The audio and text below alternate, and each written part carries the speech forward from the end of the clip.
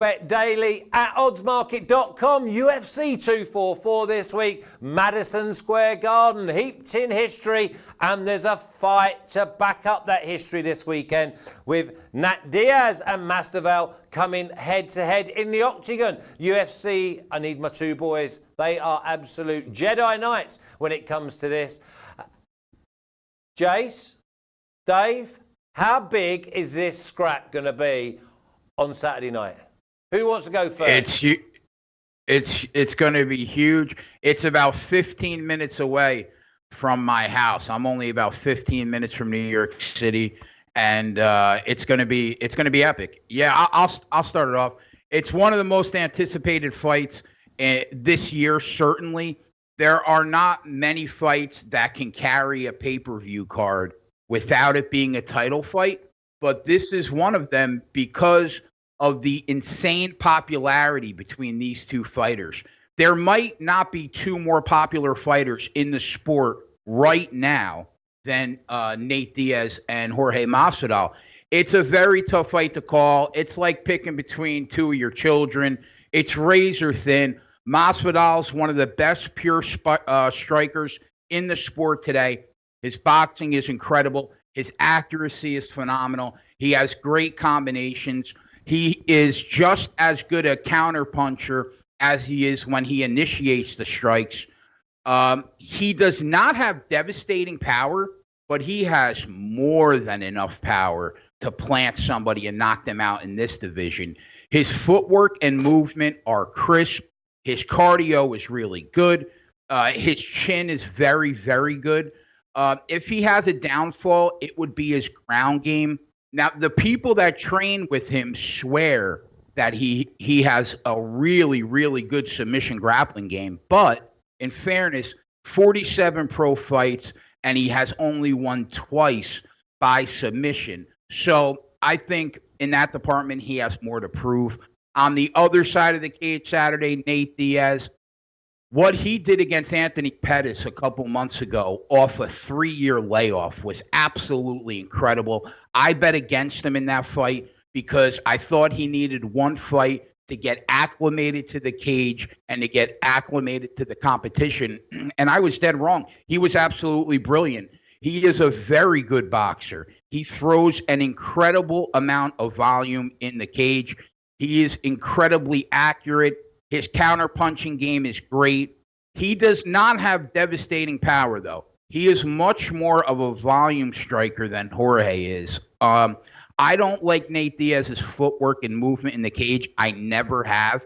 He is slow, and he's plodding while moving forward. The kid's chin is made of iron. It's almost impossible to knock the kid out. He has a better chin than Jorge slightly. Where he has a huge advantage in this fight, Flash, is on the ground. If it goes to the ground, his submission game is close to flawless. That's where he will find his biggest advantage in this fight. So who wins the fight? I think either of these guys are more than capable of winning this fight. It's that close. And if that's the case, I have to take the plus money here. So I went with Nate Diaz at 2.46. I think the fight is closer than these odds represent, so give me Diaz here. Dave, Diaz for Jay. He says it's tougher than picking between your kids. We all know that we have a favourite. I'm not going to put you on the spot though, mate, and say which one's yours. Anyway. I love both my children equally. 51-49. We all have a 51-49. Listen. Does it go the distance, this?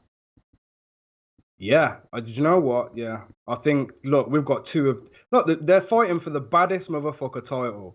The inaugural baddest motherfucker title, which has been created especially for Nate Diaz and Jorge a little bit, but it's been created for these two anyway.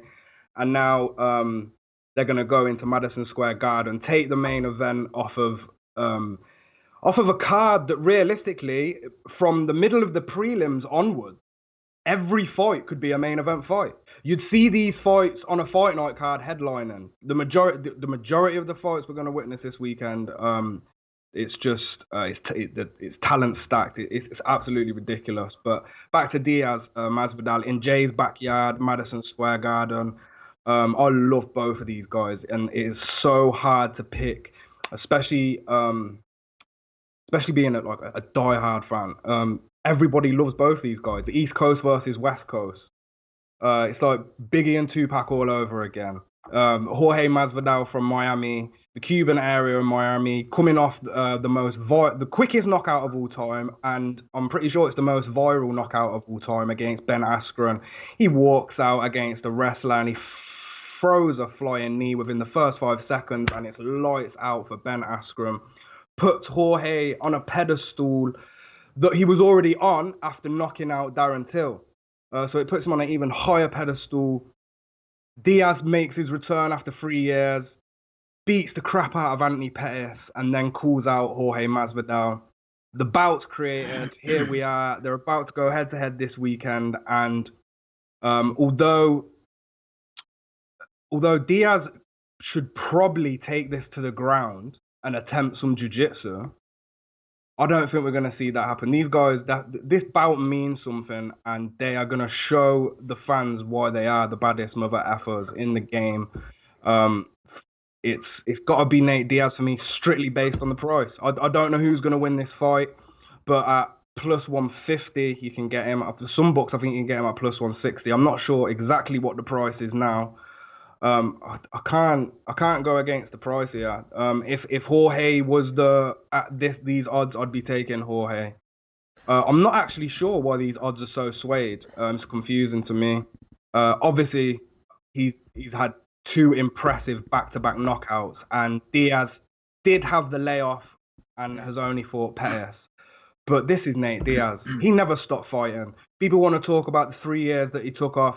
Did he stop fighting? No, he didn't. He was fighting every day at his own gym that him and his brother. So yeah, it's got to be Diaz for me by decision. I won't take that actual prop, but you could go either way. Fight goes the distance. Little half unit on Nate Diaz. One thing I will say: don't start splash. I don't want to see people talking about 2-3 unit bangers. It's absolutely ridiculous. You don't know how to bet. These odds. Let's take the fighters away. Plus 150.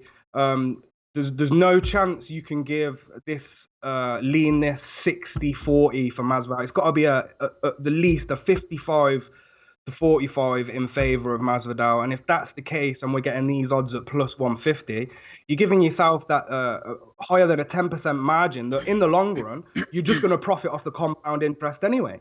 So take away the fights and the fighters. If we're talking betting strategy here, betting these prices in certain, obviously you've got to do your background research and be comfortable in the fighter yourself, but this is ridiculous. We're getting Nate Diaz at plus 150 and a fight I believe should be a pick-em. Yeah, it's Diaz for me, but this is gonna be the best fight. It could be the best fight of the year. I don't think we'll see a knockout. Don't think we'll see a submission. I think we'll see these guys punch each other for 25 minutes and have the entire arena screaming. Yep. Epic year it's been for the UFC, and this was my first fight where I actually went to a bar and watched it. Was a Nat Diaz fight 3 months ago. So let's move on. Co-main event. We'll stay with you then, Dave. Till and Gastelum. Oh, our hometown boy Flash, the Scouse boy Darren Till. It's been rough for him in his past 2 fights. He's coming off 2 back-to-back losses. Prior, he hadn't even lost in the UFC. He was on a roll. He was beating the hell out of guys like Cowboy Cerrone, UFC legends. People expected Till to go all the way. He got to Tyrone Woodley. No shame in losing to Tyrone. But then, unfortunately, came out against Jorge Masvidal. He actually dropped Masvidal. He came out and he looked strong. Darren Till looked strong. And then Jorge did what Jorge does. And that's the reason why Jorge's in the main event and Darren Till isn't. He got finished. It was unfortunate. Since the age of 16, Darren Till's been doing Muay Thai. He moved out. I think he moved to Thailand. He lived in Thailand. Since moving over to mixed martial arts, he's dominated and finished a lot of guys. His opponent, Calvin Gastelum, damn, it's another rough fight. Like I said, this entire card, if we go look at the odds, A lot of these odds are close together, boys. It's the bookie's scared just as much as everyone else is putting their money down on this card. It's absolutely ridiculous. And that's what you expect for a big pay-per-view like UFC 244, especially these pay-per-views towards the end of the year. We're just going to see the best versus the best. So when we're looking at our betting strategies, we have to try and put our feelings and our passion to a side and just try and focus on the odds and what seems right and what seems wrong. Breaking down Till and Gastelum is real hard if we're just going to base it on skills or ability. So we have to look at the odds again, just like the Diaz and Masvidal fight. And Darren Till is currently 2.80 plus 180. Now, although I do lean Gastelum in terms of skill level, I think he's the better jiu-jitsu practitioner. I think he's the better wrestler. Wouldn't say, I'm not sure if he's a better striker. We're going to find that out at the weekend. But Darren Till is moving up to middleweight. Now, he has no weight cut. If people have been following him on social media, he looks like a gorilla. He looks big and he looks ready.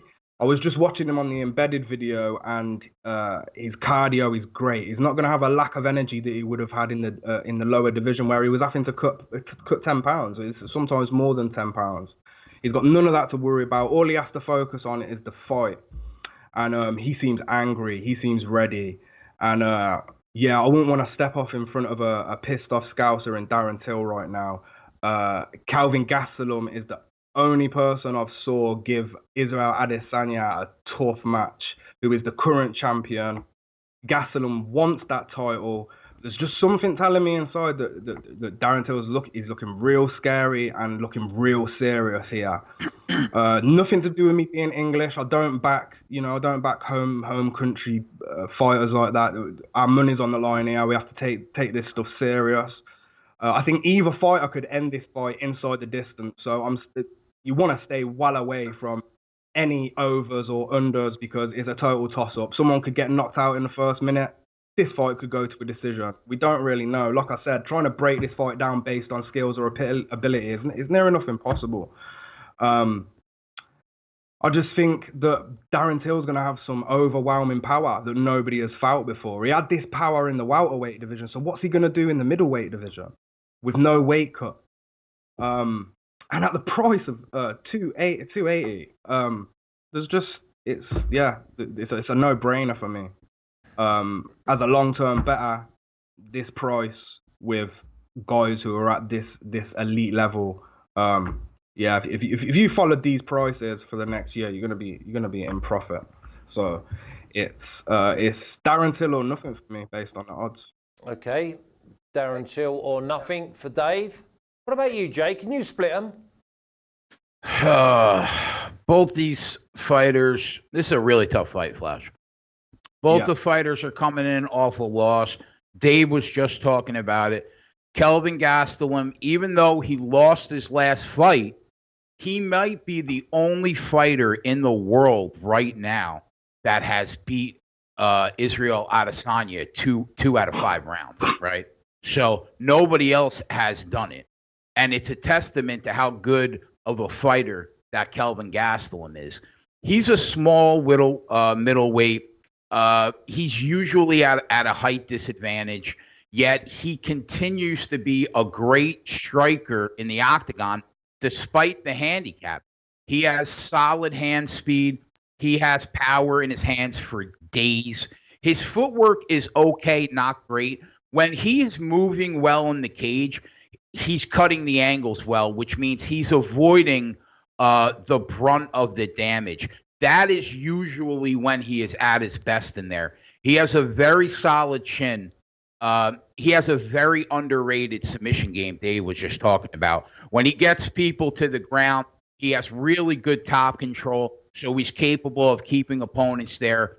And should his opponent make a mistake on their back, he is more than capable of taking advantage of it with this Brazilian jiu-jitsu. I like Gastelum a lot as a fighter. He's live Saturday night for sure. On the other side, Darren Till. We have not seen or heard from Darren Till really since he got knocked out by Masvidal in London. Another fighter I'm a fan of. I agree with the odds.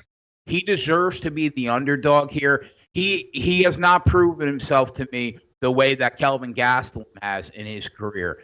Darren Till, very underrated striker. He is very creative. His hand speed is very fast. Great combinations.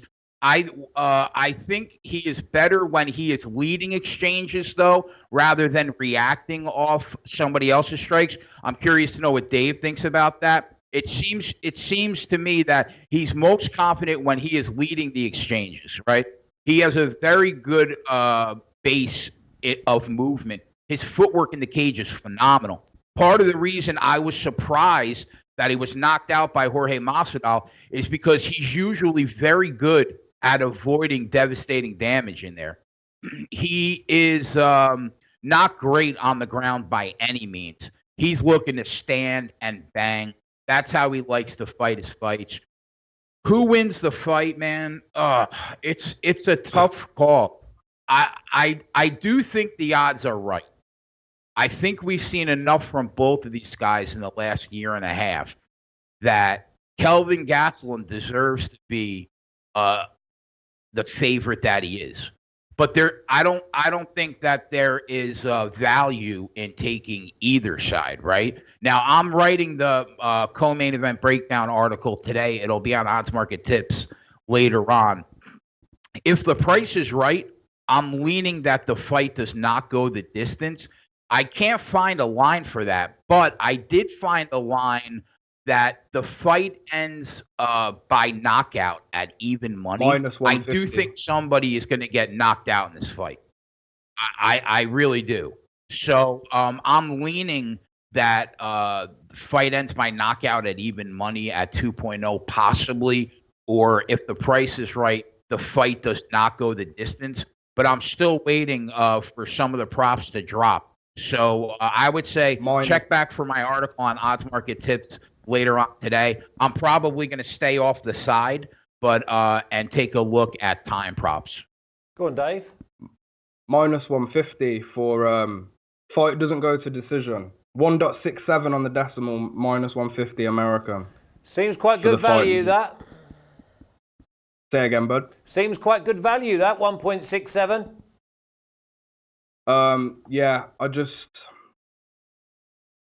Yeah, I think I'd rather take the fight ends by knockout at even money, wouldn't you? Yeah, I suppose that's there's no other way that it's going to end, is there? I don't think so.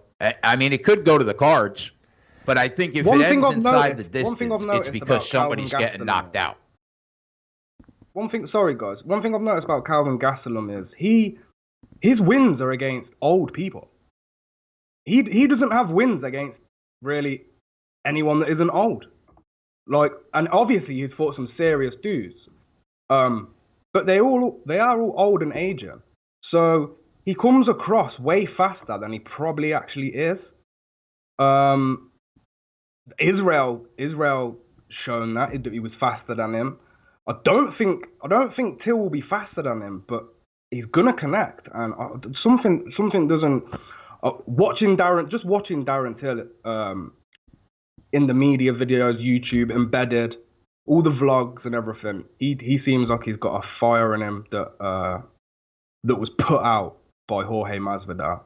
So at this price, it's just a half unit. It's only going to be a half unit because Calvin Gastelum I don't blame you for taking that plus money, Dave, at all. Well, the big thing is, it's another must-watch, gentlemen. It's another must-watch. Let's move on. Dave, Jairzinho Rozenstruik, Andrei Arlovski. Oh, last week I told everyone to take a guy called Cyril Gagne, and Rozenstruik, he reminds me of it's almost an exact similar situation. We've got a relatively unknown guy coming in. He hasn't been a UFC competitor for that long, but he has an impressive record outside of the UFC. Much like Israel Adesanya, a lot of people, they'll look at these records and they'll see a low amount of fights, but you have to do your background because Rosenstruck has 53 knockouts on his record from the 60 wins that he had whilst he Thai boxed and kickboxed. He's an incredible striker, and he's coming up against an Andrei Arlovski, who is on a bad streak. And although he's on a bad streak, I would probably reverse a couple of the decisions that went against him. But boy, can Rosen! Oh God, he can strike. If there's any moment of this fight standing, Arlovski's gonna get knocked out. That's all I'm saying. Now, the downside to this is Arlovski has got Sambo in his back pocket, and he can wrestle, he can grapple. Rosenstruck was taken down by Junior Albini. Now, although I think he is susceptible to a takedown, Andre is quite a small heavyweight. I don't think he's going to be able to hold him down, and we see this with a lot of guys in the heavyweight division because they're big dudes. It's hard to, unless you're Daniel Cormier or Stipe. It's hard to just, lie there with all that weight going on and wrestle the same way without being absolutely knackered after doing it. We've got 15 minutes here, and I see this as Arlovski is not going to finish Rosenstruck. He's not going to finish him. I can tell you that for certain. So that brings me to there's going to be 3 rounds, and each of them are going to start standing.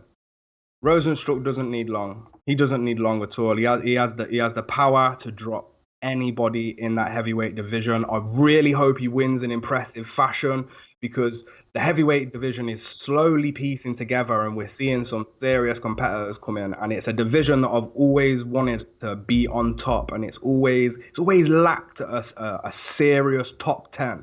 The top 10 rankings has always been more of a top 5, top 3. Jay knows exactly what I'm saying. Anybody outside of that top 5, they may as well be, it could go all the way up to the top 20. Any of them could knock each other out. The heavyweights, the elites are within that top 5. That's changing. We've got Greg Hardy, we've got Rosenstruck, we've got people like Cyril Gagnon, we've got these animals coming through. Rosenstruck is only 31 years old. That may seem old to certain people. Sorry, 30 years old. That may seem old to some people. But in the heavyweight division, as Andrei Arlovski is the living proof, you can go a lot longer. So Andrei Arlovski made his professional MMA debut in 1999. This year of April was his 20th anniversary. You probably won't find that information anywhere else. This is my research. I could probably tell him that. I'm not even sure he's celebrated it himself. But April this year marked his 20th anniversary of being hit in the head, basically. Now, in his prime, Arlovski was a monster. He was an absolute animal. He had the striking to take out anybody, but we've seen it over the recent years. As anybody, I get older, I'm slower. My kids are faster than me. It happens to all of us. And it's going to happen even harder for someone that's being punched in the head constantly. And Arlovski's slowing down. He doesn't have that elite striking anymore. What he's going to have in his back pocket for this fight is grappling. He might want to make it bit dirty, up the cage, get the clinches in, try get this one to the floor. But Rosenstruck is a big dude. He's got power, and it's only gonna take a three piece combo to knock this boy out. If you go and watch the highlights. Arlovski's got a glass chin too. Yeah, go onto oddsmarket.com. Go to my Synoja article. Go check the video that I attached to it. The guy, none of them are UFC fights. It's all his boxing, Thai boxing, and all that. Absolutely incredible. He used to be, Eurosport Flash. He used to do his kickboxing on Eurosport. Rosenstruck has knocked out 53 people. How is he not going to knock out a 40-year-old Andrei Arlovski who's been fighting for 20 years? I don't know. What's the see line, this fight Dave? ending in the first round again. Rosenstruck is at -149, 1.67 on the decimal, and I'm putting 1.5 units on him again, just like I did Look Boon me last week for the Synoja, and hopefully we cash that one again. Okay, over to you, Jay. Corey Anderson and Johnny Whiskey Walker. Yeah, Johnny Walker, he might be the best light heavyweight prospect that we've seen since Anthony Rumble Johnson. I think if I had to guess, he's still really raw, but he has been nothing but impressive since he's been in the octagon. He's not much more than a striker, But when you have the power that he has, you don't need much more than that in that division. At this point, he isn't the greatest, most technical striker by any means. His footwork is not great. He has no submission game at all on the ground, but he hasn't needed any of it yet because the power in his hand has been incredible. His wins over a veteran like Misha Serkinov and another up-and-coming prospect that we have talked about before on this show in Khalil Roundtree were both really impressive to me, man. If he hits you on the chin, it's over, Flash. You fall. He has but you know what? This is probably his biggest challenge that he has had in his career thus far. Corey Anderson has a wrestling background. The question in this fight becomes, is Anderson's wrestling background going to give Johnny Walker problems? Corey Anderson comes in off winning his last 3 fights, but they have been against fighters that are no longer in their prime. He beat Alir Latifi, Glover Teixeira, and Patrick Cummings. Those guys are no longer world beaters, and 2 of them weren't world beaters to begin with, right, in their prime. So the question is Anderson's Division III wrestling background enough to take Johnny Walker down to the ground and pound Walker out on the mat? My gut says that it's not. I think Walker needs to find the button one time in that fight, and chances are he's going to drop Corey Anderson. The odds are good enough to me where there is probably still value on laying the price with Johnny Walker. I have to see someone have a substantial edge in wrestling, bigger than what Corey Anderson has in this fight, before I can bet against Walker. And I just don't think that Corey Anderson is there yet. At 1.60, I'm still confident that Walker can get the job done here. So I laid it with Walker at 1.60. Dave, rattle through, mate. Rattle through. That means liven it up. Who are you going for? We're going to tease everyone this week and give half of the punching parlay. If you want the other half, you'll have to go onto oddsmarket.com and go find it for yourself. But the first half will be Johnny Walker inside the distance. You want me to do this quickly? It's easy. Corey Anderson has no chin. He has wrestling in his back pocket. He might be able to wrestle Johnny, but much similar to the last fight. This fight is going to start standing at the end of each round, and Johnny Walker knocks people out for fun. I don't even think he has a win by decision. I think the majority of his wins are by knockout, and it just so happens that Corey Anderson, his losses, majority of them come by knockout. He's chinny. He got knocked out by Jimmy Manoa. Shout out Jimmy, another fellow Englishman. But Jimmy's slow. Real slow and plodding, flat-footed. And he got knocked out by him. Who else did he get knocked out by? Jesus. OSP, of course. Another guy who's is a great fighter, but I expect OSP to be locking up submissions, not knocking out Corey Anderson. I look at Johnny Walker's previous fights and they're better than what Corey Anderson's fought, and Corey's been here since 2013 or whenever. He got knocked out by Gian Vellante about 5 years ago, and yeah, it's not. I've never been a fan of Corey Anderson, no disrespect. He's on a 3-fight win streak, gritty, grinding decisions, nothing too impressive about him. We've got Johnny Walker, what a guy.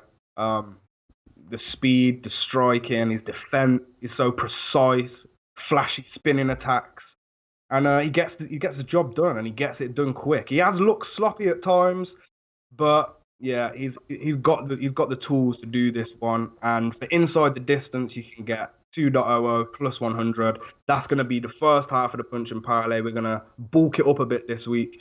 If you want the other half, go check oddsmarket.com.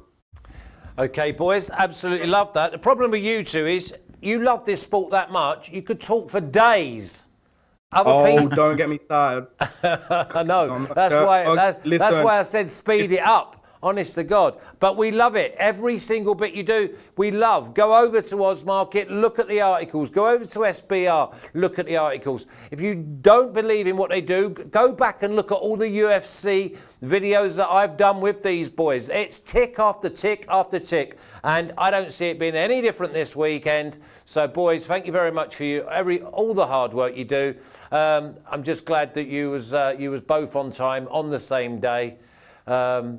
It's just one of those. I'm just grateful that you're here to help me through this. UFC 244 at Madison Square Garden. Jay, I'll see you Friday for NFL. And yes, sir. Dave, can you put your lower league selections up on Twitter and fire them out, please, at oddsmarket.com. Yeah, definitely. Cheers, boys. Have a great time. Love, Bye, boys. Flash. See you later. Cheers, boys. Okay, that's UFC 244, Madison Square Garden. Diaz Masvidal heads the card. And what a card it is. Tomorrow, the boss is back. Nat's in the chair. I'll be there. Great week last week. Plenty draws in the Prem Punters. Let's see what we got this week. Take care.